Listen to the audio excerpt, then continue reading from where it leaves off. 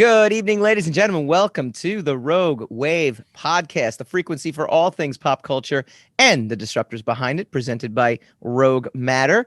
Download our podcast immediately following the live stream on all major podcasting apps, or go to roguewavepodcast.com. That's W-A-V without the E.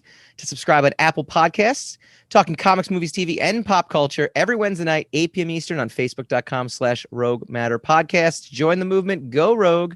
RogueMatter.com. Tonight, Mandalorian Chapter 14 reaction. Doc Ock is back for Spider-Man 3, is a Spider-Verse far behind, and Hollywood unloads on Warner Brothers. And we do this all alongside a very special guest. We have Cinementals podcast host, Mr. Steve Hoveke, joining us. How you doing, sir? I am good. How are you? We are doing good. I am your host, Michael Dolce, as always, joined by my co-host extraordinaire, the Lord of the something, Mr. Hassan Godwin. We said live stream, and then you did a 180 last week, and you said back to Lord of the Radio. So I just covered all my bases. What was the problem? So what was the disconnect then? What's your damage? The disconnect is you can't keep just changing things on me. I didn't. I never called myself the Lord of the live stream. That was you. But I never self-applied. We went from a radio station to a live stream. So that doesn't change. I've gone from job to job. I'm still Hassan. Okay. Well, then we'll. Radio is a live stream after a fact, isn't it? Radio's a live stream. Lord of the Radio. It's the LOTR. It's the Lord of the Rings. So I liked that. It was very lots of interesting questions that you've. So we'll just call you Loader for short. Yes, you can call me Loader. Okay. Just don't call me your GI. It's also your GI Joe name. Loader. Yes, Loader. I'm not even gonna. All right, I'm done. I'm done for the show. Good. Thank you. Thank you, everyone. That's what we like. It's been a good show. That's what we like. See everybody later. That's what we like. That was the day Rogue Wave ended. Who knew? Who knew? I didn't realize it was going to be that. I didn't realize the strings were tied together so loosely. My box just closes and Steve's just moves over into my place, and you guys just keep going. Who knew the connection was so tenuous? Which you should never miss the show, you out there. But the people that missed the show are going to come back next week and be like, Hassan, you look totally different. You just start calling me Hassan. Did you grow a beard, Hassan? Yeah. Did you grow something? All right. You need to get some sun, buddy. Yeah. I've been in for the entire the COVID. It's side effect, crazy. yeah, side effects to the lockdown. So you go white. Who knew? Hashtag Rogue Wave so white.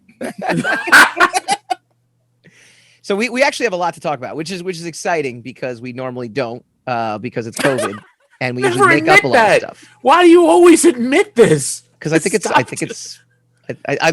I'm using this as my own personal grievance time. This is he likes to be transparent. Yeah. And you have your gripes. So I just use this every week to kind of get that out of the way. He wants to be transparent so that Mike can say he's trans. Oh boy. We won't go there. Politics. We will not go there. Uh-oh. We'll take that. We'll take the chess piece off the board. I will refer to you as Michelle if you wish. We got Doc Ock back. We've got the idea of Spider-Verse. We got the Warner Brothers streaming thing. We got a lot of things we can actually talk about. The worst series finales of all time, which we're also going to do, which I'm pretty excited about. But I wanted to start with this.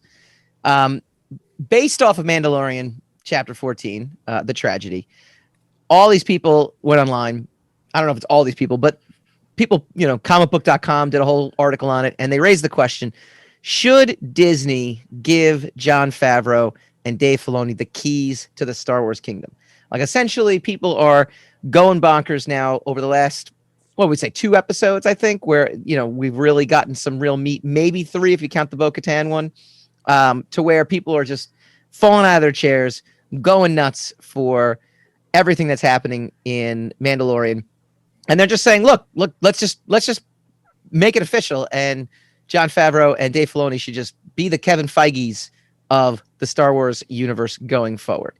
And I thought to myself, it's an interesting question, right? The obvious answer is yes. Mandalorian's a terrific show, and everyone seems to enjoy it. It was an Emmy Award nominated show, so it's getting critical praise as well as fan service praise. But I bring up that last point, and I wonder, it's something we've brought up over the last, this whole season. In fact, do we like it because it's really that great. It's a solid show. We're not really arguing that it's a solid show.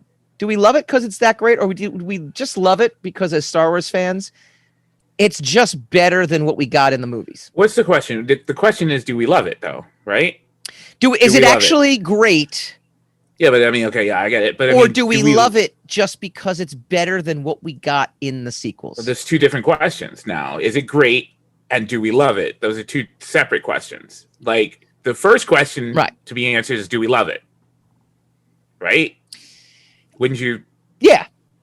Okay, so it seems like it's a success. It seems like people love it. It seems like I don't have facts, but I know it's true argument that people generally seem to like it. Yes, the thing we always bump heads on about your preponderance argument. People say they love it. Yes, exactly. Who are these people? The same people who made you your breakfast.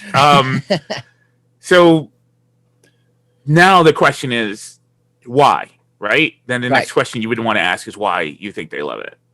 Okay. And then what are your let me take a step back though. You asked before you even answer that. You asked the question. Do we love it? Steve, do you love it? You don't. Steve loves it. Admittedly, I am not 100% up to speed on the show, but I will say that everything that I have seen of the show, I have enjoyed. I think they've done a really great job with this property in its format being. The first season was a little anomalous in the fact that you were bringing in entirely new characters in, and you didn't have to worry about anything other than connecting to the Star Wars universe peripherally, having stormtroopers around, having titles that matched up with existing characters. And I think that so far they've been very successful. This season, again, very successful from what I know of bringing in characters that are definitively part of the Star Wars canon. Yep. And now bringing them into the live universe as well. And I think that, it's not a question of handing the keys to the kingdom. It's a question of, and I don't think that any point, any property as large as Star Wars should necessarily be only in the hands of certain guys. Yes. Kevin Feige is certain that's an anomalous situation, but the fact of the matter is he started that whole Marvel MCU thing from the ground up. It was him. He was an architect and built it to a plan. Very successful. And I don't know that. I mean, if George Lucas was a better writer, I think that that's the guy who you would want to have been architecting this all along. But I think that the fact that they've allowed so many people to play in that sandbox, it's hard to come in the third quarter and just hand the reins over to any single entity and say, you now have complete control over this universe. Hassan and I feel very strongly about how good the Solo film is. And there's a lot of people who consider Rogue One to be the best Star Wars film outside of the original trilogy. But that it's funny you bring that up though, because that movie is another example of what made that the best Star Wars movie. The last 10 minutes, at least for me. I don't know. It was the last 10 minutes. It's a solid movie all the way through. It's entertaining. It doesn't get boring. It's a good story. It's everything lots of great characters. It's everything the Force Awakens tried to be. Right, but it was all the nostalgia was done right. First of all, they gave it an actual story. There was a goal for all these new characters. There was an objective. There was the stakes. They interjected the stakes. It wasn't like the Force Awakens always felt like Star Wars light. Like, oh look, they've got a Death Star. All we have to do is go shoot at it, and it'll blow up. Or, I mean, none of the perils that were in the original trilogy or whatever are present. Right. In the, even the Death Star run was a long shot, right? And they painted that as like, okay, look, this is probably not. And the guys in the briefing are like, this can't. Nobody can do that. That's not going to work. It's painted that way, even if it's a throwaway line. So like, you got to shoot a torpedo into a hole the size of a pizza box. Yeah, exactly. From it going at what's I don't think they got to had be at pizza like on 100. Tatooine. Going at 1,000 miles an hour. Yeah, exactly. Pizza on Tatooine. Mike, don't add to it.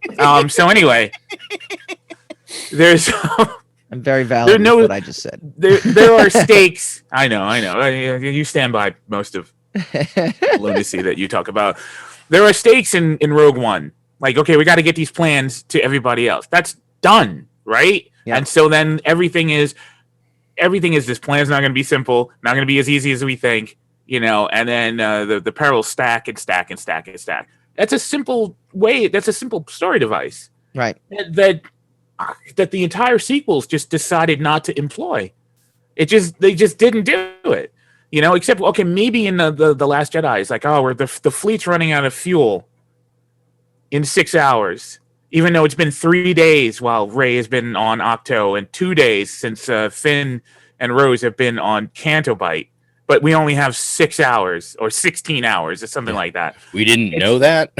Yeah. Right. So that's what I'm saying. So it just every attempt that they make to set up some kind of peril, they negate it by trying to do, using the rule of cool. Right? Well, this would be really cool if we saw, and that doesn't work. The rule of cool is a bad writing tool.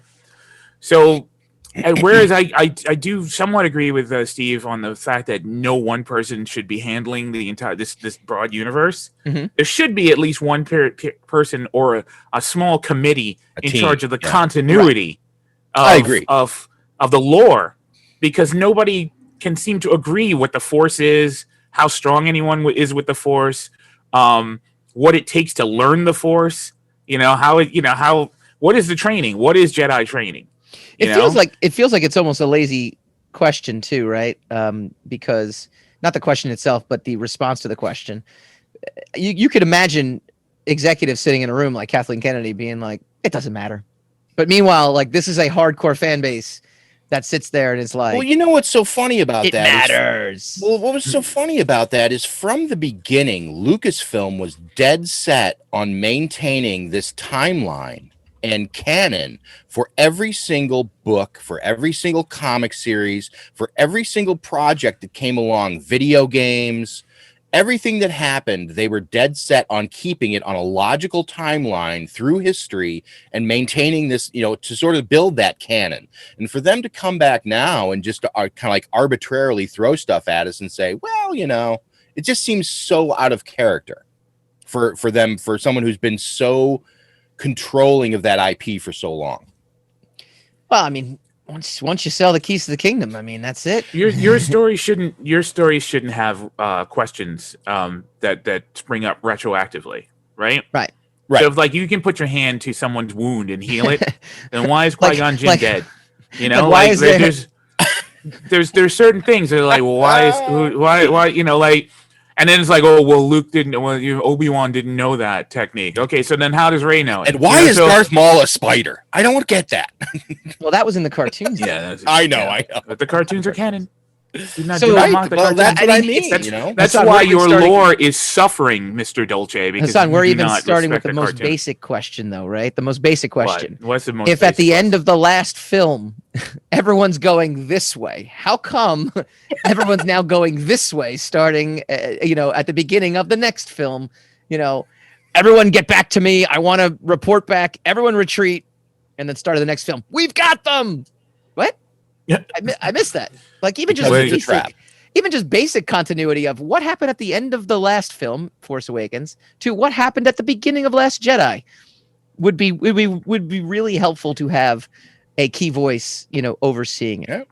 No, you got to read the book. You got to read the novel. Well, yeah. Apparently, there was a movie within a movie that I words. Read the book, you heathens. Yes. What are we living in medieval times? Books.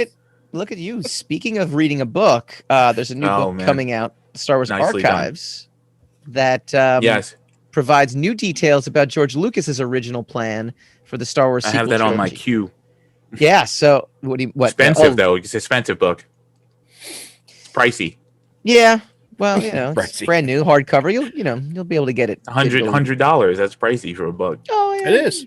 Yeah, printing costs, a little higher than. That's not my problem. I'm not taking that responsibility. I just want the book, man. I don't want the troubles. So but go ahead. In the I'm book, sorry. the biggest revelation is that Lucas intended to resurrect Star Wars: The Phantom Menace villain Darth Maul, and turn him into the main antagonist of the trilogy. He would appear with mechanical legs and become the godfather of crime in the universe because, as the Empire falls, he takes over. And he trained a girl, Darth Talon, who was in the comic books, as his apprentice. She was the new Darth Vader, and most of the action was with her. So these were the main two villains of the trilogy. It was teased in the Star Wars film franchise in Solo, a Star Wars story. And the villain was revealed to have not only survived the events of Phantom Menace, but also to have climbed the ladder of organized crime in the galaxy as the superior to Crimson Dawn syndicate boss Dryden Voss. It's presumed... Which just means that the article writer didn't watch the Clone Wars, because all that is explained. What, in the Clone Wars? Very vividly, yes. Oh, well, but you know what? For the movie, they probably would have re-explained it. Well, yeah, but I'm saying, like to never mind. But I mean, Lucas was behind the Clone Wars, so right. he essentially did most of that stuff in the Clone Wars. Right. So I mean, I'm sure there would be a brief mention of something, because Lucas would be, I think, hopefully, would care that you're caught up in case you have not seen the Clone Wars. So, but also in the trilogy plans, Leia was the chosen one. Because just as the original Star Wars trilogy focused on Luke, the sequel would focus on Leia. The movies are about how Leia, who else is going to be the leader, is trying to rebuild the Republic. Luke is trying to restart the Jedi. He actually also used an analogy to like the Iraq War. It's like, okay, we removed this big boss. Now, how do we actually build a Republic? All very interesting questions that could have been brought up. And I feel like in the talented hands of different directors, maybe like J.J. Abrams, could have ran with that. I mean, JJ basically had everything kind of handed to him, and they decided. And he blew it. J.J. Abrams is not a talented director, in my opinion. I think he's talented enough. There's visionary people, and you guys. I think he's a good idea guy, but that's. Maybe. But a lot of his ideas are rips of other things, like blatant rips. Unfortunately. I think he needs people around him, much the same way. What's his face always claims that he's not a good. So what's his name? Said he's not a good writer by himself. Was that Abrams or Lindelof? Lindelof, yeah. Lindelof, right. That son of a you bastard. The Emmy award-winning Damon Lindelof. I know. There's no accounting for taste. I know. There's you know what? You know how many awards Lucas has won, and you still run them down, dude. So I don't want to hear your equivocations, man. It doesn't matter. Do not try that. He's stepped up his game. He's on the upswing. Lucas, $4 billion. Yeah, right. So that makes him worthy. That makes your argument invalid. Your arguments are all invalid. What argument that Lucas doesn't know what to do? Every argument you've ever made since I've been on this show. About the prequels. Wow, that's a lot. Yes. Makes it all invalid, dude. All invalid. By your logic. 4 billion. By Makes your all logic. of your arguments about anything invalid. We didn't say whether or not he was a successful director. We just said whether or not the prequels were any good. No. Your logic was that, because in my statement about David Lindelof, right? David Lindelof? Is that Damon's brother? David? Whatever. Now you're just parsing. Right. Go ahead. Damon Lindelof, right? I can't say that guy's last name. This is always a. Huh? Am I doing fine? It was the first name. That was where I was like, we know who you're talking about. Go ahead. I'm done. Because you're being a dick. So I'm done. Can't bing you for that one. Nope. Because you're being a dick. Knowing it's half the battle. Hassan, what are your I don't want to talk to you anymore. This is going to be an interesting show. This happens every show. In keeping with the Dave Filoni, Jon Favreau, what are our thoughts on Boba Fett and Chapter 14, The Tragedy? Again, spoilers if you haven't seen it, but it's been out for a week already, and we got Friday's installment coming. The internet's got spoilers up 30 minutes after the show airs, so I mean, people are jerks. Well, you got to watch it at 3 a.m. like I did. That's right. That's right. Everyone should wake up at midnight Eastern time when it goes on, when it comes live, and just I mean, all this silly waiting around. A true nerd knows this. Is it 9 p.m. then on Wednesday night or Thursday night for Oh, is it 3 a.m. when it comes on? Is it 3 I would a.m. think it'd be 3 a.m. for midnight Eastern, Eastern or 12 midnight Pacific? Yeah, for the Yeah, Pacific. they drop at Midnight 3 a.m. Pacific. Okay. Like California people could absolutely I could easily stay up till midnight to watch it if I lived in California. Like that's not hard. Okay. But I'm saying you don't. We're you don't shafted. have, We're 3 a.m. You don't have. No, not really. I'd have It to set my depends on alarm. your level of dedication. I guess so. It's very true. It's very true. Because it's actually easy. All you got to do is be awake and turn your TV on. So it's not a hardship. 3 It's a.m. just that I you don't hope want to I'm be not- awake at that I time. hope I'm not awake at 3 a.m.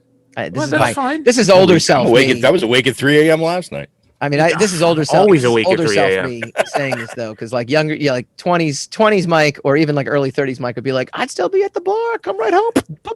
These days, I'm looking at 3 a.m. I'm like, ooh, still early. That's right. It is though. It is also early. It is also early at the exact same time. All right, but coming full circle here with the Dave Filoni, Jon Favreau. Are you the last episode? I think is the one that's really sent people into that stratosphere for these two guys.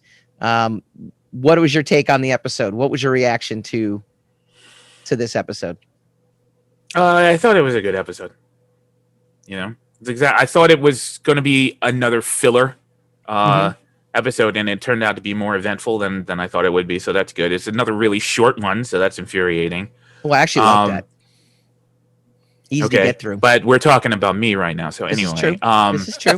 So the other thing is, you know, I mean, look, there were a lot of pivotal things that happened in the episode, so that's kind of cool. Set up the stakes for the next two shows, so that's kind of cool. We'll see how they wrap it up. It's really it's a linchpin episode. Mm-hmm. So the episode in itself can be judged on the actions and the merits of what went on in the episode, but it wasn't really much of a story, right? You know, he took him to his rock, he put him on his rock. And he didn't, and then he waited, you know, and then wackiness ensued while he was waiting for the kid to take a dump on his rock, right? So that's basically the gist of the whole story.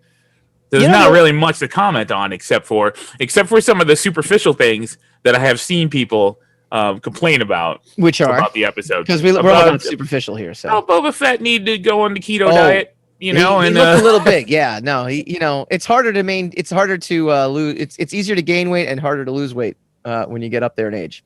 So that's all right. Is that it's not? It's not hard though to hire a stunt actor to wear a suit since your character's wearing a mask. You know, good point. That's not hard. That would be easy. Point taken. Another reason why we shouldn't give the keys to Jon Favreau. If I don't know, I do not know if Jeremy Bullock was still alive, but it would have been cool if they had gotten Jeremy Bullock. Huh? All right. Did I just kill him? Let me see. Hang on.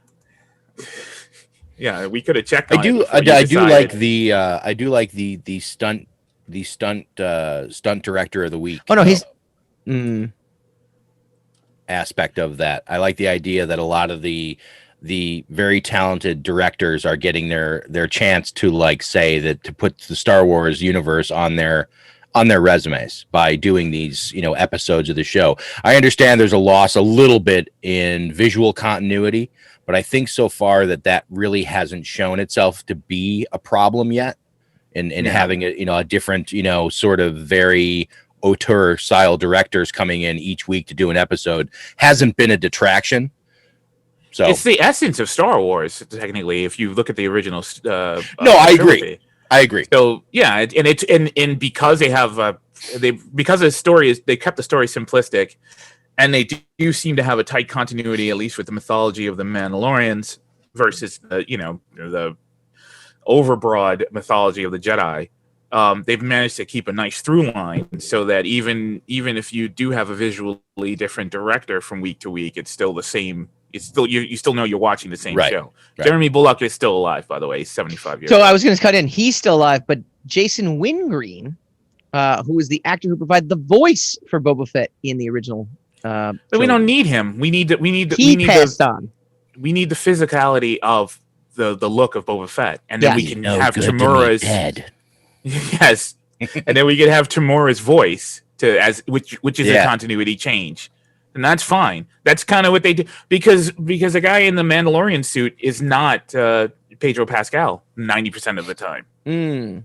So don't he's burst my a bubble there. stuntman. I really thought. Oh, he's breaking down the wall. You're supposed to know these things, showrunner. You know, it's like Santa Claus. I want to believe.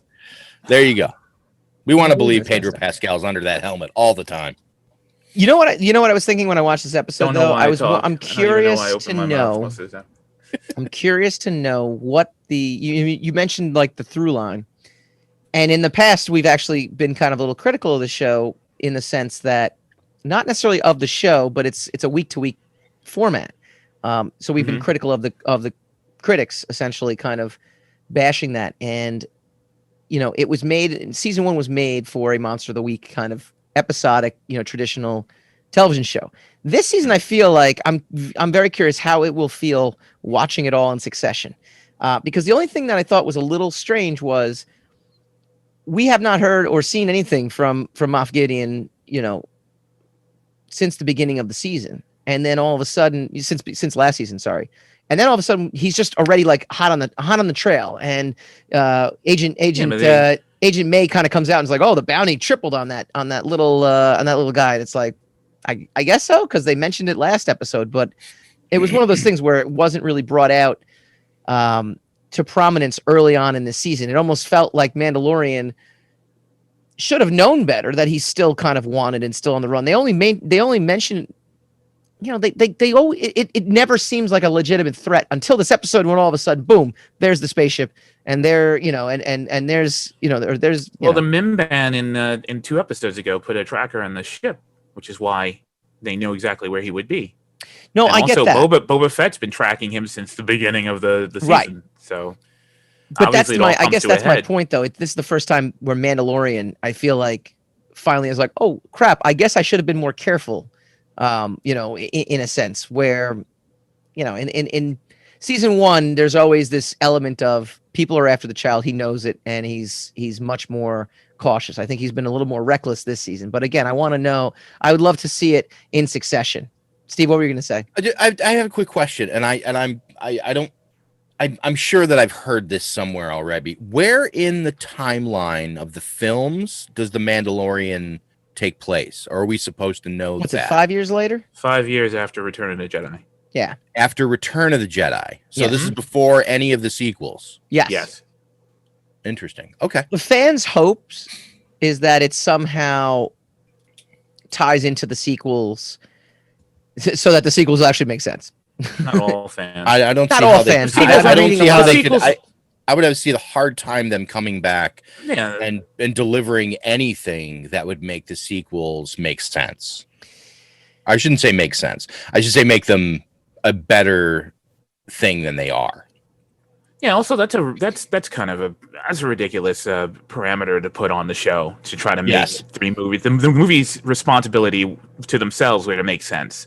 The show shouldn't be responsible for trying to make 3 incoherent movies make some kind of sense. All the show really has to do, because it's coming right behind that, coming on the heels of the first 6 movies, is just be respectful for the of the first 6 movies, and it shouldn't really be too reverent of the because there's not a lot of lore in the sequels. All right. So let me not much that they have to live up to. There's no Mandalorians in it. Sorry. If this is 5, that's all right. No, I interrupted you. If there's 5 years after Return of the Jedi. So how many years are there supposed to be between Return of the Jedi and Force Awakens? 30, right? 30 or 32. Yeah. 30? Yeah. 30 years later. That doesn't. I think right. 30 or 36 years later, actually. Yeah, it could be. So so probably like you would say 30 years from Mandalorian, from the time from the events of Mandalorian comes the Force Awakens. Because remember, like Han Solo's got to go from 30 to 80 to almost to in his 70s, and the age of Luke Skywalker, like he's the boy king in Return of the Jedi, and he's the old disillusioned man. Yeah, no. I guess that's right. I for some reason I just always felt like they were a little bit older than they actually were in Return of the Jedi by the time that wrapped up. So I adding 35 years seemed like they would put them into their 80s or 90s, which would be like the the Force is doddering, but I don't. I guess it makes sense. So I mean, they've got some time to fill. I mean, in other words, I mean, they've got some space to play with. So yeah, and let's be honest, the Mandalorian's probably not going to last more than 5 or 6 years in and of itself, right? I mean, just by the nature of the way things work these days, shows work. Yeah, nobody goes for the supernatural phenomenon, right? To 14 seasons. Yeah, right. 15. So yeah. The other thing about 15. it, you're probably right. It is going to go 5. It's going to be a creator decision. Obviously, it's going to be Jon Favreau saying, "I've done everything I need to do," and blah blah blah. But to speak to that, there's a couple things they could fill in The Force Awakens, and Rise of Skywalker and everything, which is obviously how does Palpatine come back, the specifics. Listen, he was a clone. As far as story content, I mean, the world's their oyster. If they have someone with half a brain over there, they could generate any number of. Are we going to meet stories. Rey's parents? Possibly. Yeah. I mean, Why? Palpatine's son. They have even fodder. Have to. Why would you throw that in there, though? Why would I'm you just throw saying, those?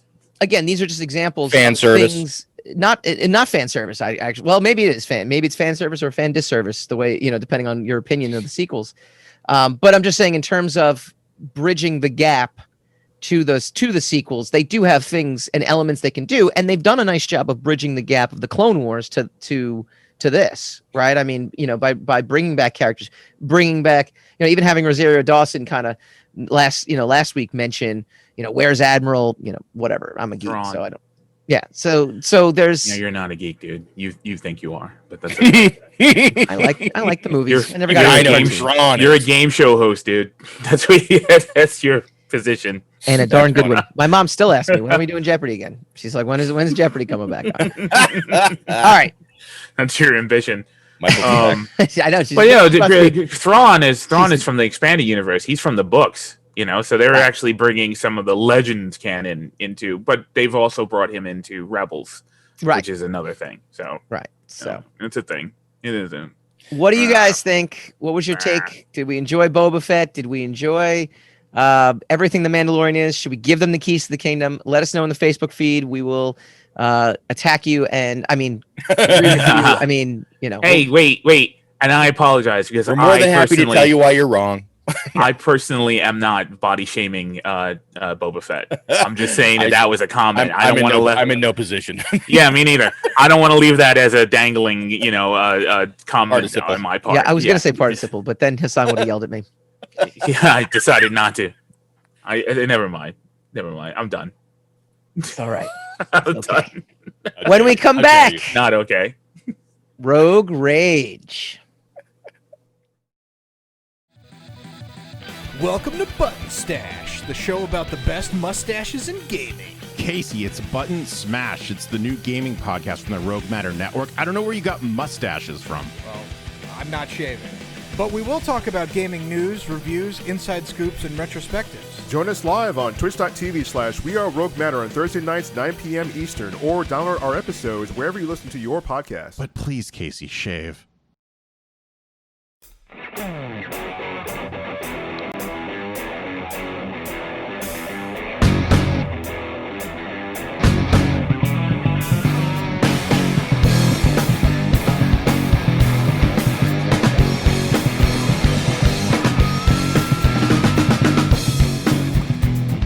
Welcome back to the Rogue Wave podcast, the frequency for all things pop culture and the disruptors behind it.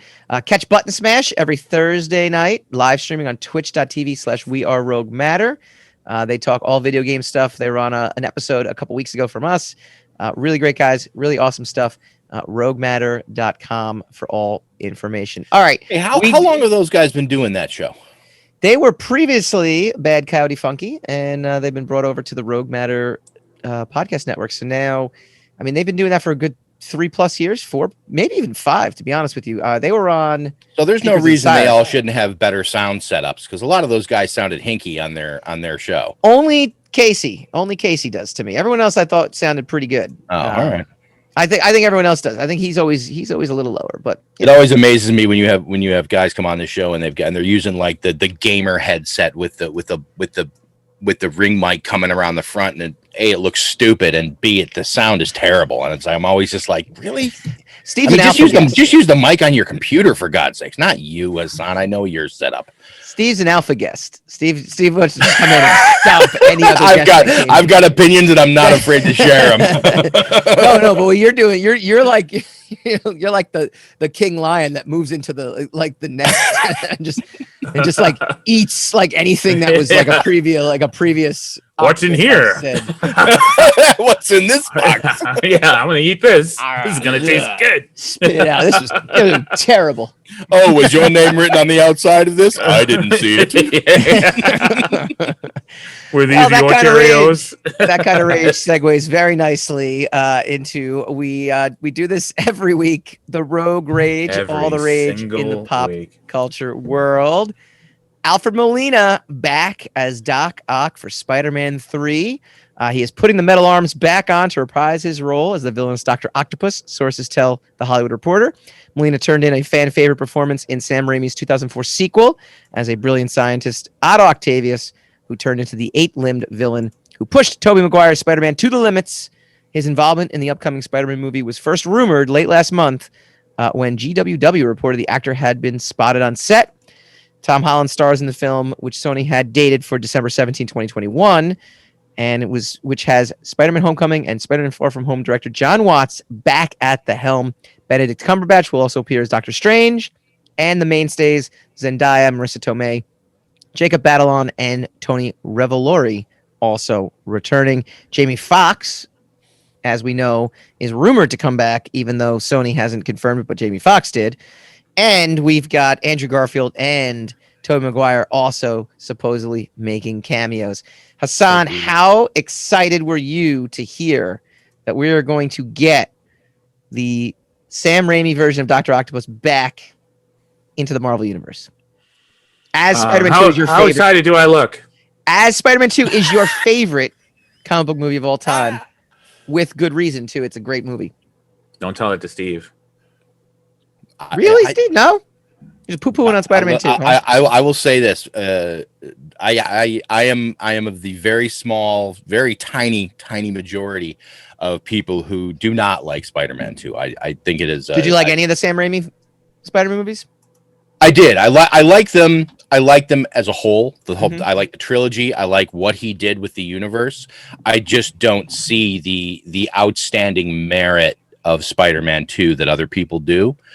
That being said, as much as I love Willem Dafoe, Molina's Doc Ock is by far the best Spider-Man villain put on film.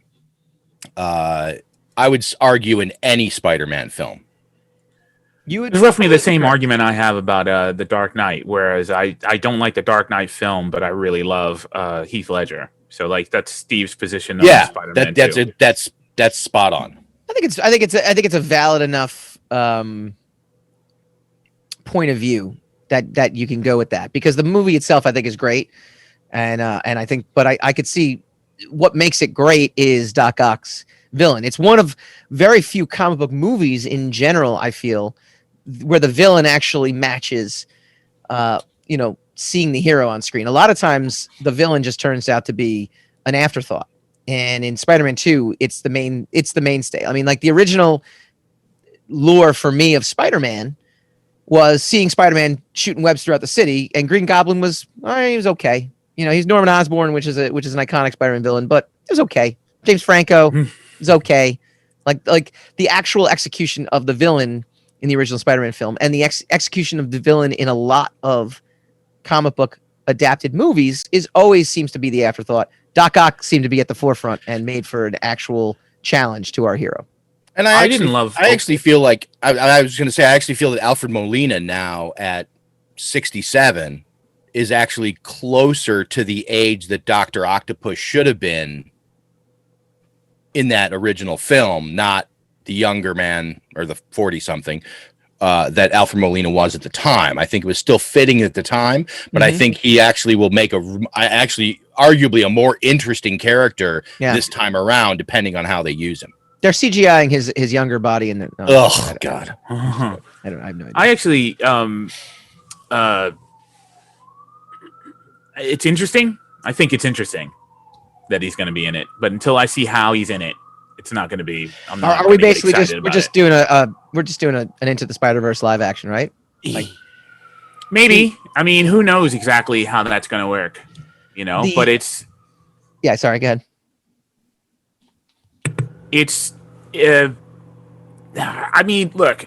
I'm sure they'll do a good job because Marvel does a really good job of these. They've done enough movies where I'll give them the benefit of the doubt that they probably know what they're doing, which I usually don't give to anyone, you know.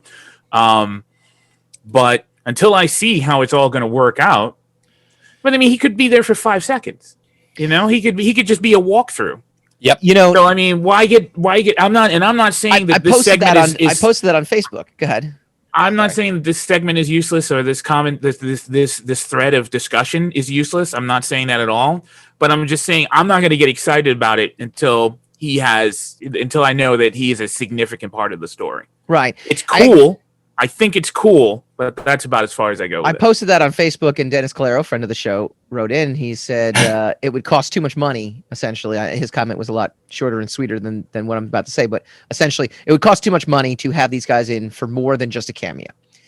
And I sat there saying, you know, why would you load up a water gun, you know, when you can fire off a machine gun and have all these guys back? I mean, it would make $1 billion easy, you know, assuming that the theatrical models are back in place by the time this eventually comes out.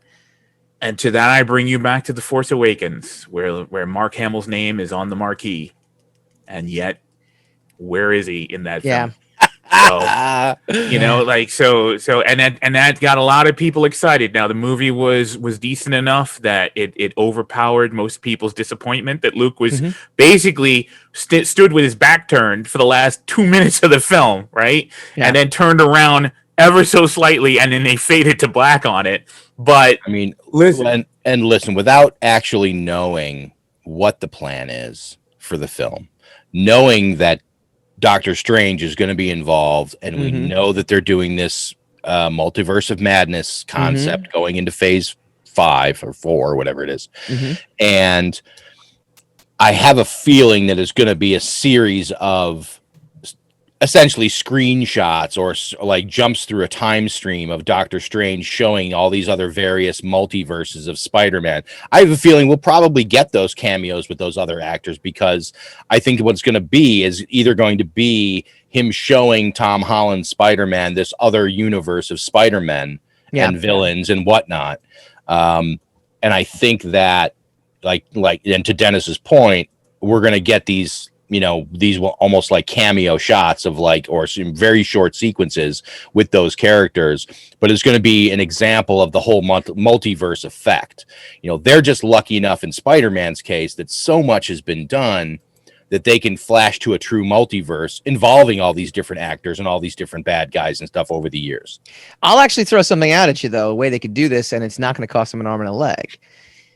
They essentially now have pulled an iconic villain from the Sam Raimi trilogy, and for lack of a better term, an iconic villain from the Andrew Garfield, you know, set, because it's not really a trilogy, nor is it really an iconic set of films.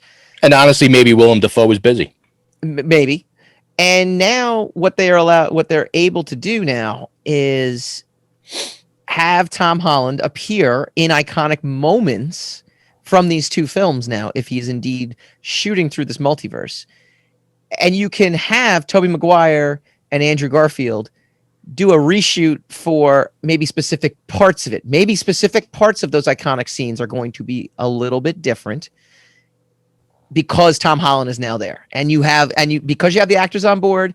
So it's not so much like a cameo, like in the background, you know, so much as we are going to be rewatching iconic moments done slightly differently. Could be. And then after this year build up on it and hearing all this and reading all the articles about it, if you sat down in the theater and saw that was it, that they actually just superimposed Tom Holland in key scenes in the other franchises, would that satisfy you? Would that be something? I think depending on what the stakes are. Again, it's not just him going through moments, but it's actually, there's a key moment in that particular scene. He's got to do something, some goal he's got to accomplish, something he's got to do, he's got to save, he's got to alter, he's got to do something.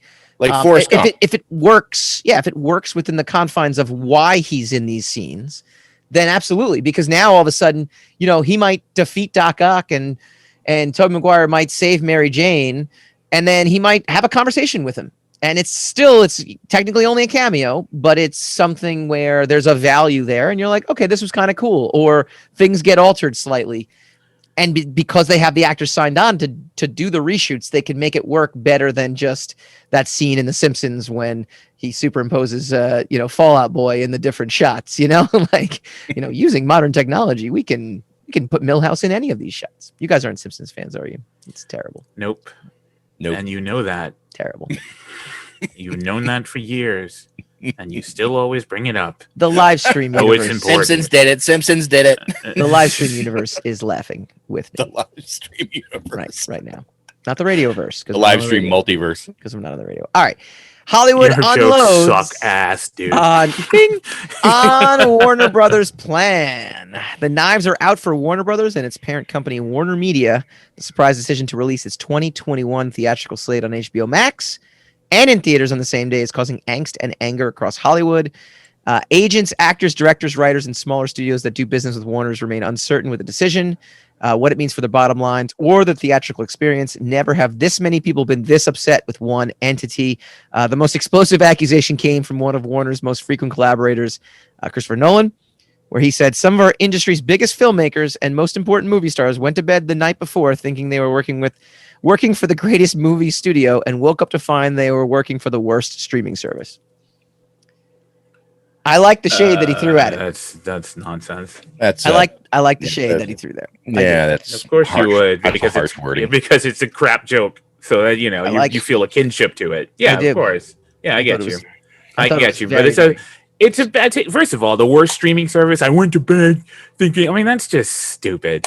You get up, your company's made a decision you didn't think it or was the newest streaming service, but if that's what makes them the worst, well then all right. I had issues with it. Are they saying it is HBO Max the worst streaming service? Is that what they're trying to say? That's what Christopher Nolan a service that's openly trying to find different formats and different pieces of content to change the dynamic. Not to say that all of their attempts are not misguided or crazy, but I mean, at least they're trying to do various things as opposed to trying to shut each other down, which is what Netflix and Amazon have been doing for the last. And if you want to compare dollar value versus content, clearly Disney Plus is the worst streaming service. No. If you don't have kids, amount of content. Well, no, yes, everything is going to be. Say no. We love everything Disney is going to Plus. be broke. Yes, I agree. They also have Pixar, which is going to be a block of what some of the best films ever all made. the Toy Story, my kid loves us. But if you want to talk dollar versus content and volume of content, yeah, there's a lot of crap on Amazon and there's a lot of crap on Netflix, but there's a lot of it. So when you start talking about how much you're paying in a month for all these different streaming services, everyone going, I'm going to cut the cord and I'm just going to get streaming services. Guess what? When you start adding up 3 or 4 or 5 streaming services, guess what? You're paying your cable bill. Yep. So guess what? That's where we're headed. It's a decision now, one way or the other. As a cord-er, I don't know what we're or non-cord cutter. I don't know I don't know exactly how to describe myself. As someone who still has cable and still pays for it, I like the fact that HBO Max is included. Like HBO Max is just part of the deal with Verizon, and I get it, and it's great. And that's to me. Yeah, I mean, I got HBO Max with AT&T, so I mean, like it wasn't a thing where I actually had to go looking for it and actually start spending more money on it. So that's another cool thing that's a little better than Amazon and Netflix, whereas you actually had to step out and make a financial decision on it. Right, but also Amazon Prime Video was an add-on to the Prime service. Right. Amazon Prime service was about free shipping originally. Yeah. Okay. Yeah. And let's not get which is why you can't knock it because it doesn't have as robust. I'm not okay. Let's see. We're not saying this keeps happening. I'm pointing fingers at you. I'm just saying, as when we're comparing all the streaming services, and I don't want to get down off a long road here.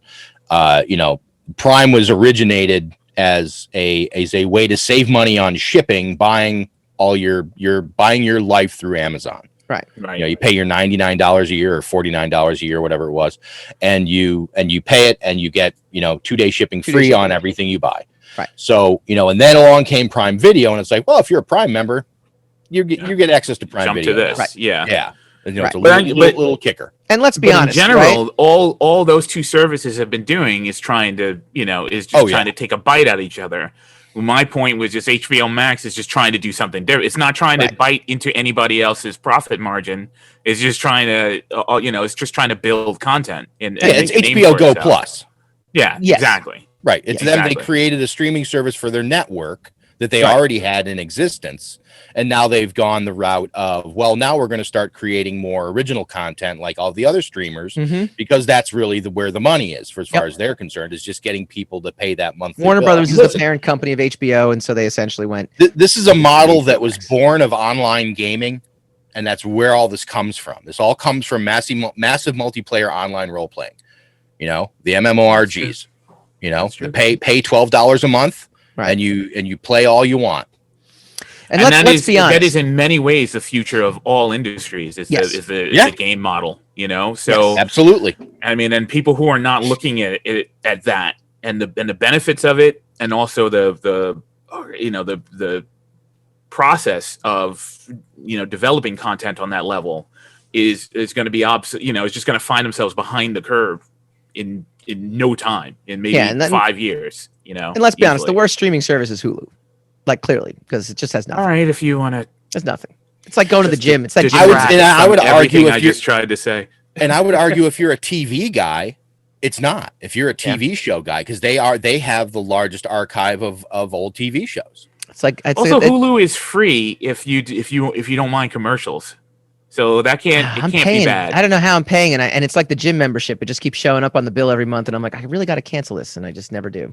I just haven't. That's then. That's not them. Hulu's now bundled with, you're paying for Disney Plus. I mean, it comes with that and ESPN Plus, and you're only paying. And for Hulu, you're only paying like $4 or something. So. Yeah, Hulu is going to be interesting because it's going to be the repository for all of the FX stuff and all the stuff that they don't want to put the Disney name on, essentially. So that should be. We'll see how that goes. That's probably why I'm keeping it. I don't know. We'll see.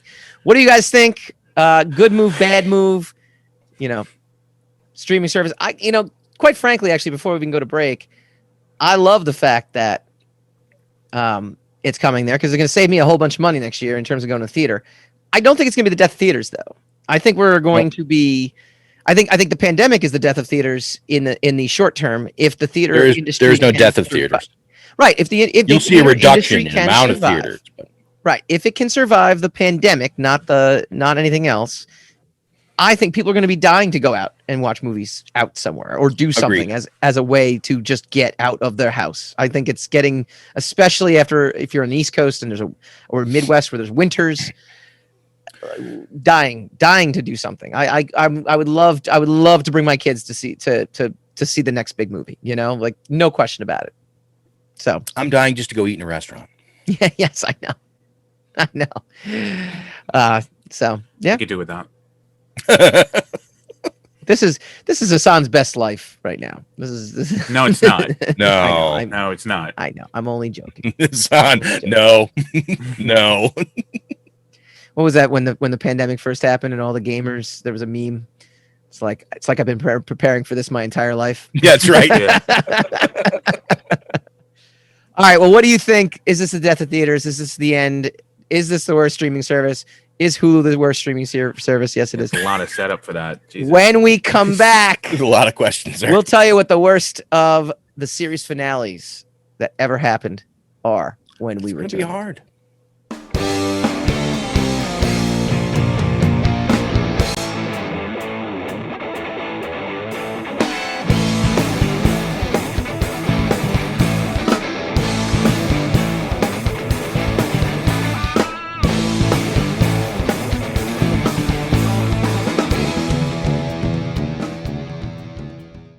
Welcome back to the Rogue Wave Podcast. Rogue Wave Podcast is part of the Rogue Matter Network, a new digital content platform providing programming and entertainment that shatters boundaries, colors outside the lines. Join the movement. Go Rogue. roguematter.com.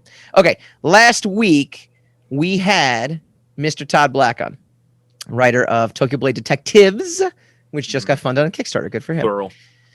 He brought up somehow in the process of conversation, we were talking about TV finales that went out of their way to piss the fan base off, i.e. the worst TV series finales. We were talking about Mandalorian and how it'll eventually end and whether or not it will be a success. And I think that's how it kind of came. And I thought, Point of order. Thing. I don't want to say that I don't think that any series ever went out of its way with the idea that it wanted to piss off its fan base. And said, we're going to make this finale just because we know people are going to get pissed. I don't think anyone ever approached it that way. That's all. The end result, his whole platform, dude. The end result, however, yes, well, have successfully managed to do something. Oh yeah, there's a really super simple explanation, but I'll let you finish your intro. Well, no, go ahead. Super simple. Go ahead. The super simple explanation of every TV series finale of all anything. This is all of them. Is you can't please all of the people all the time, and that's what it comes down to. And you'll find. Listen, I can go out today and I can find people who hated one series finale and find someone else who thought it was just fine, and it was a suitable wrap up for that show. There are very few.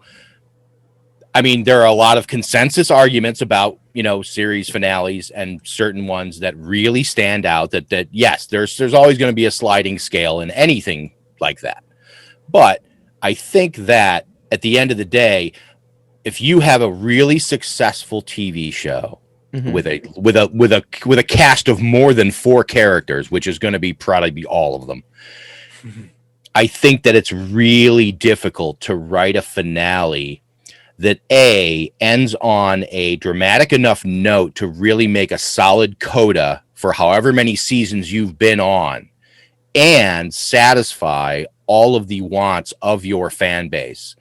I think that there's a way to do it that, you could go the route of, we're just going to we're going to turn this into a slice of life ending where it's just like the story's going to end for all these characters, We don't necessarily have to kill off any characters. We can just have their story arcs end. They move on and have the rest of their lives.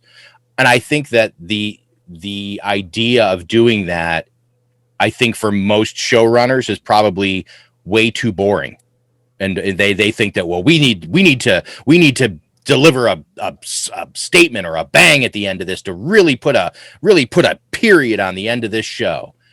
And you look back to, which is still one of the most watched episodes of TV ever, which is MASH, and they just went home.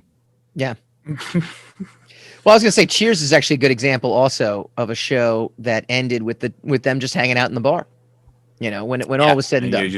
They created the conflict of him almost leaving. Right. But then at the end of the day, he went back to where his heart was. Yep. Hassan, what's a good example for you? Of a show that does it right. Of a series finale that does it right.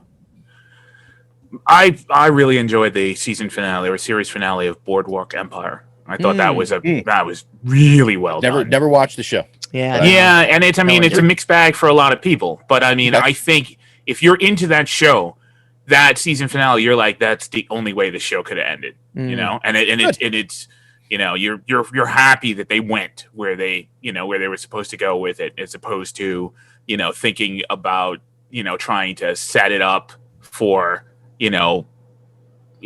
some kind of spin-off or something like that. They're like, no, this story ends here. And so, I think walking away with satisfaction, that's probably the thing that comes to mind the most. Yes. And I think that the other way of killing a show off, or not killing a show off, but ending a show, killing a show off is a whole other thing. Ending a show successfully in a way that the showrunners figure out a way to essentially blow up the world, so that that's a logical endpoint because there just isn't anything else. And the perfect example of that is ER, where you find out at the end that the whole thing was perceptually a vision in the son of the lead doctor's autistic son's head. Elsewhere. Yes. Oh, sorry, not ER. Yes, St. I was Elsewhere. gonna say I don't remember ER ending that way. Yeah. Sorry, St. Elsewhere. The one before ER. It was the ER before ER. The ER before ER. Yes. Pre-ER. Well, that's the Franklin Richards. That's the Franklin Richards ending. Yes. Heroes Exactly. Reborn. And I love, and I know a lot of people don't like that. I absolutely love that idea. I loved the idea when I saw it, and when I finally got my head around it as an older, more experienced creator and writer and all those kinds of things. I like the idea even more now. It pissed a lot of people off. I know. You know, but, you know what's really funny though? One of the shows that I absolutely adored that actually had the best series finale, but money got in the way, and they ended up bringing them back the season later, was the X-Files. The X-Files actually had what would have been, it was David Duchovny's final season, and it was season 7, I think, or season 8. And they only had him in half the shows, but they brought him back for the last 6. Yep. They did a really nice job. Gillian Anderson was pregnant. It was a miracle. And at the end, you find out, it's Mulder and Scully, and they've been shacking up this entire time, which fans had always asked for them to do it, and you finally get the kiss between them that fans always wanted, and it turns out, wow! Not only that, but Gillian Anderson, because of all the alien stuff and things that had happened, was infertile. So, wow, they made a miracle, and they actually ended up having this baby, and it was great. And then they're like, Chris Carter, we don't want X-Files to end because you're our number 1 show. Here's a boatload of money. Come back for season 9. And it just not only was season 9 unwatchable, but then it gave us the us the series finale we didn't want, which was Mulder coming back and going on trial, and then all this other stuff. And then they came back again and gave us another series they just finale. kept coming back. The ironic part about the series finale that they just recently did was they reversed back to what should have been the actual series finale, where they reveal. Sorry for anybody who didn't catch the not very exciting last season of X-Files, that now the original pregnancy that we thought was a miracle was not. It was the smoking man was behind it and actually injected Gillian Anderson with DNA and all this other crap, but then find out at the end that she's pregnant again, even though she's like close to 50 at this point. So basically Chris Carter admitted that that's the way he should have ended the show originally, and finally 10 years later ended up doing it right. So that's my vote for series finales that went out of their way to be horrible. Yes. One of the worst is definitely Dexter, as far as I'm concerned. All the lists I found had Dexter on. I never watched it, but I know of the show. And I'm not going to go into detail just in case, but I mean, it is just, if you've been following that show the entire time, just the way they just, you know what? Everybody's tired. We're not even going to write this. Everyone just go home. Everyone just go home. We'll superimpose We'll figure out something. Yeah, we'll just use found footage and you've got some B-roll of right. Michael Hall doing something. Horrible. And I will have to say, and it's a freaking cliche, that the Game of Thrones series finale was very disappointing. Yes. Now, I am not. I'm not willing to throw the entire series out just because of that. No, well, a lot of people are. They're like, it's irrelevant now because of this last season. I don't agree with that. Let me ask you a quick question. Let me ask you a quick question about that. About the series finale. Was it either A, because of, and this is spoilers if you haven't seen it, but it's been out for more than 2 years now. Steve hasn't seen it. All right. Was it because of the matter. turn? There's nothing about it I don't know. Was it because of the turn of Daenerys' character? Was it B, the outcome of who ends up on the thrones that upset you? Or was it C, just all of the above? Nope. Don't have a problem with any of those things. Okay. So what about the series finale of Game of Thrones? I'll tell you. Yeah. I have a problem with the truncation. Yeah. Everything, the thing that that made the show what it was is that it took exceptionally long times for things to happen. Yeah. The first 2 seasons, like traveling from one part of Westeros to the other part, it took an entire season because it's a big it's a continent, right. And it's kind of hard to cross a continent, even if it's a smaller, even like England. It's hard to cross England and just this and England can fit into Texas.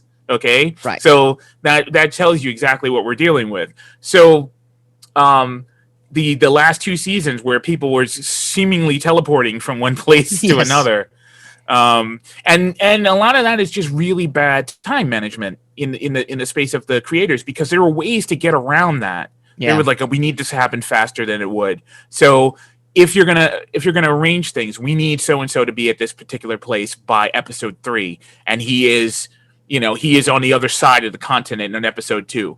Okay, make the sacrifice. Take that character out of episode 2, Right. and then have them show up in episode 3. Now you don't know how long it took for them to get there, but they didn't do that. You know, and when they ran out of source material, they fell back so hard on regular TV tropes that it was jarring for a lot of people. A lot of the stuff they did was perfectly serviceable for normal shows.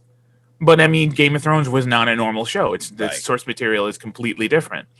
So isn't it ironic that they at least in my opinion, hastily ended the show because they wanted to jump on the Star Wars stuff, and then the reaction to Game of Thrones that's a basically speculation. Well, I basically the reaction to Game of Thrones made him be like, "Hey, we don't want to touch Star Wars now." They quit Star Wars, according to the information. So, I mean, what you're saying is that's first of all, it's a speculation. Second of all, the other part's not true. So. I said, in my opinion. Oh, you're saying they got fired from Star Wars? No, they quit Star Wars. Yes, exactly. That's what I said. I said that my opinion is that they put together. But we don't know that they executed Game of Thrones hastily in order to move on to the Star Wars. We don't know that that's why they did that. I just said, in my opinion. You didn't. You said that after I questioned it. No, I said it twice. And I'll tell you something, in my opinion, I think that there have been the allure of working on the Star Wars IP is so great because of our age range and where a lot of the great filmmakers working in our generation are right now. And it was so important to them as children. The allure of working in the Star Wars universe and the pull of that is so great, is when given the opportunity, it's really difficult to say no. The problem comes is when they show up for work and they realize that their hands are both tied behind their back and they're limited to a very, very small part of the sandbox to play in. I think they suddenly go, as creators, yeah, this isn't, I really want to do this. Unless you're Ryan Johnson, in which case you can poop all over anything you want. I think Netflix just threw them a bigger boatload of money, and they were like, "Wait, we could develop our own stuff and get paid." Netflix is known for doing that, so yeah.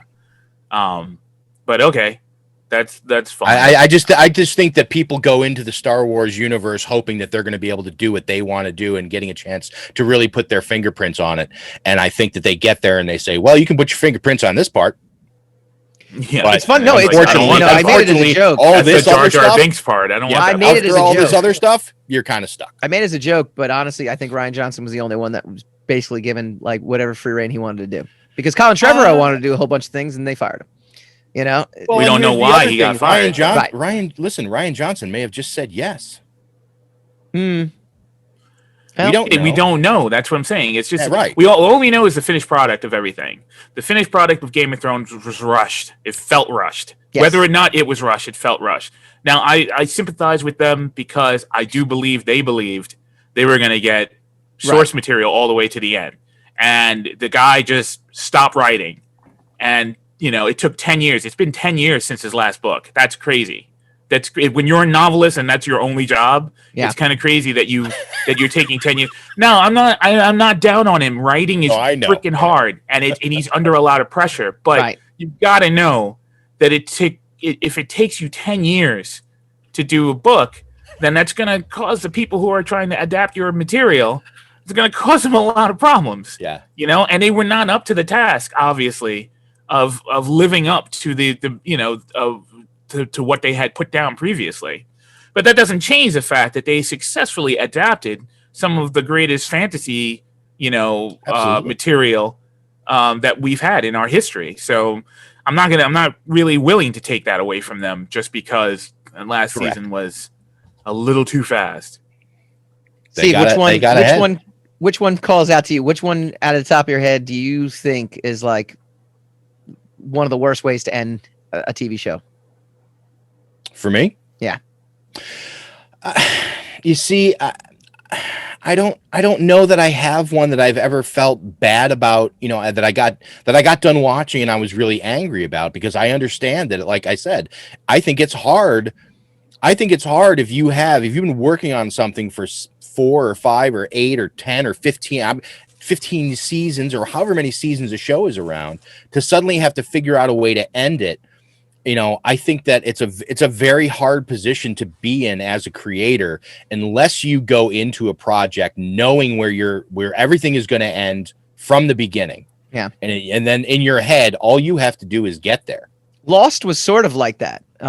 And they had the idea of what the end was going to be. No, they did. No. He's gone on. I think he says that they had an idea of what the end was going to be, but I'll tell you right now that's the most seat of the pants created show I've ever heard, read, or get the understanding about that they literally were making it up at one point as they went along without any care at all where it was headed. And they were like, we'll figure it out next season. I think that was the mindset going into that entire show. We'll figure it out next season. So I scoured. And then they got to the 7th one. They're like, now we got to figure it out. No, wait, this is the last one. Crap. See, I'm on the other side of the fence. I thought Lost ended well enough. I thought Seinfeld ended well enough. I thought Sopranos ended well enough. How I Met Your Mother, like all these shows. Seinfeld was odd. That was probably my strangest. I thought Seinfeld was great. I thought that the fact that they put them all in jail was great. But I never really dug those people. Yeah, I love the show. I love that show. I like the show, but I mean, I was not delusional that those guys were heroes. Right. They were. Right. It's like Listen, it's a sitcom. There's no heroes. What are you talking about? Well, you know what I mean. What was better was that Curb Your Enthusiasm actually went out of its way to say, no, this guy is the purveyor of all his problems. Like he is the issue, right? He is the hero and the protagonist of the show, and that's pretty much what Seinfeld was. But it was still in that milieu of of TV protagonists, antagonists, and those guys just made everybody miserable. Yeah, And so, like, the fact that at the end they threw them all in jail, I thought, wow, okay, the show understands itself. Right. Therefore, It always did. I'm standing behind the whole thing. I scoured a bunch of lists, and the one show that kept popping up on all these lists, though, it's surprising, actually. Star Trek Enterprise. They said, basically, it popped up on all the lists as the worst TV series. So to me, because it's pure crap. Give me context as a Star Trek fan, Hassan, as to why that is the worst TV show. Well, it's kind of a spin on the Saint Elsewhere ending, but in a really bad way, because the way they ended Star Trek Enterprise, you could be forgiven for believing that they were trying to say that the entire show was a holodeck program that Riker was watching. And that's how they ended it. They literally recapped the last events of the NX-01 Enterprise while Riker is sitting there like observing it because he's going through his own issues with Admiral Pressman and the Pegasus and another rabbit hole that I won't go down. And so he's watching that to try to figure out how to deal with this particularly bad situation. And he's talking to Counselor Troy about how to process the information that he's watching. And in the meantime, the events of the show are happening while they're standing there. So it's like all of a sudden the agency of the show is just taken out of the hands of the main characters of the show and put in the hands of the next generation people. Yeah. As just an afterthought. It's pretty bad. Weird. And they spoil a big moment in it because one of the characters dies. One of the main and they go, yeah, it's too bad he didn't know he's going to be dead in 2 days. And then they break the commercial, and you're like, what the fuck am I watching? That's a super big right there. That all right. Deserves it. You know what though? That reaction proves why this was one of the most hated. I read this article on Cracked, and they said things were awkward behind the scenes too. Jonathan Frakes, who played Commander Riker, confided the episode was an unpleasant memory, and it hurt Scott Bakula's feelings. The writer even apologized for how much the finale pissed fans off. Listen. There is definitive proof about how that was unsuccessful. Which you will not. I have hard proof. No, I mean I'm not saying it's my opinion. If you won't, but if you watch there are documentaries on every season of you're not good. Who's gonna spend time doing that? Because it's like 9 hours. There are documentaries on each season. There's a CBS that did a documentary per season, and each documentary is connected. So they were, you can obviously see that it was all filmed at once and then dispersed throughout the DVDs.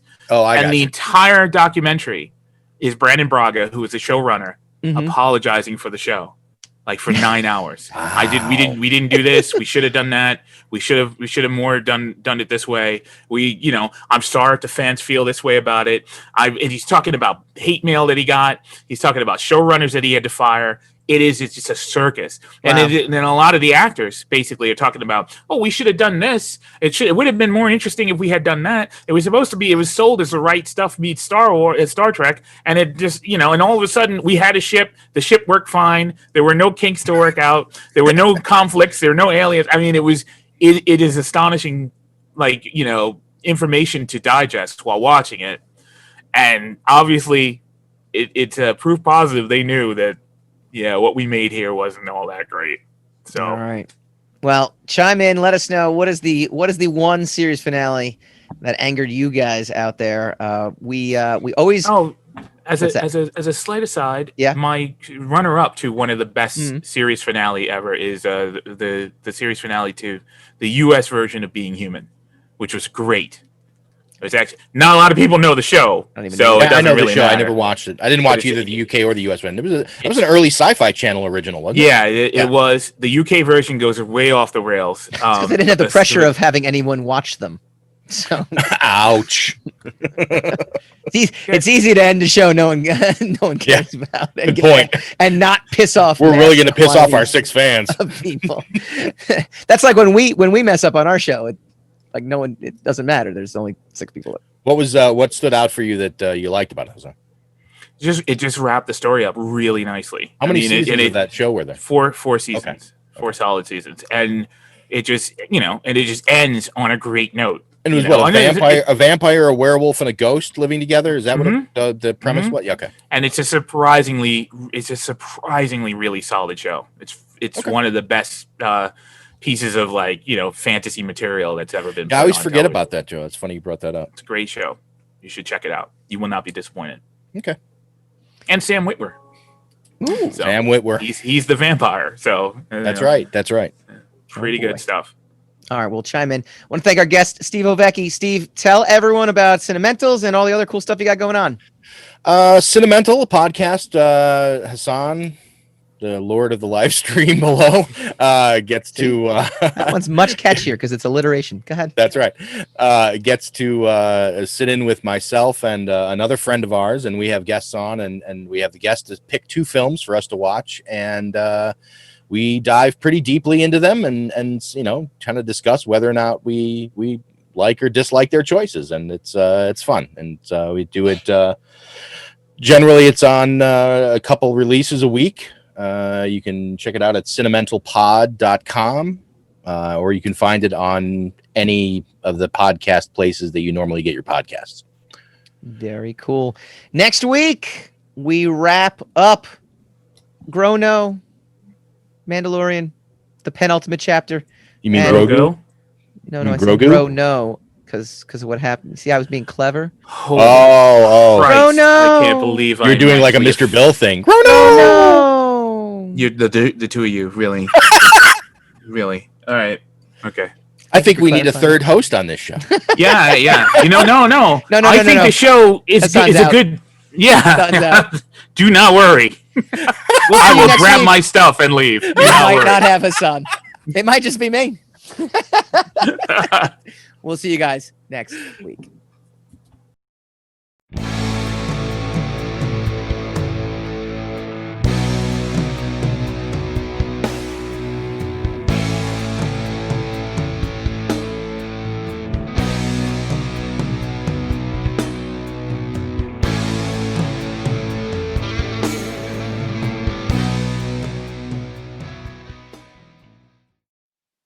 Rogue Wave.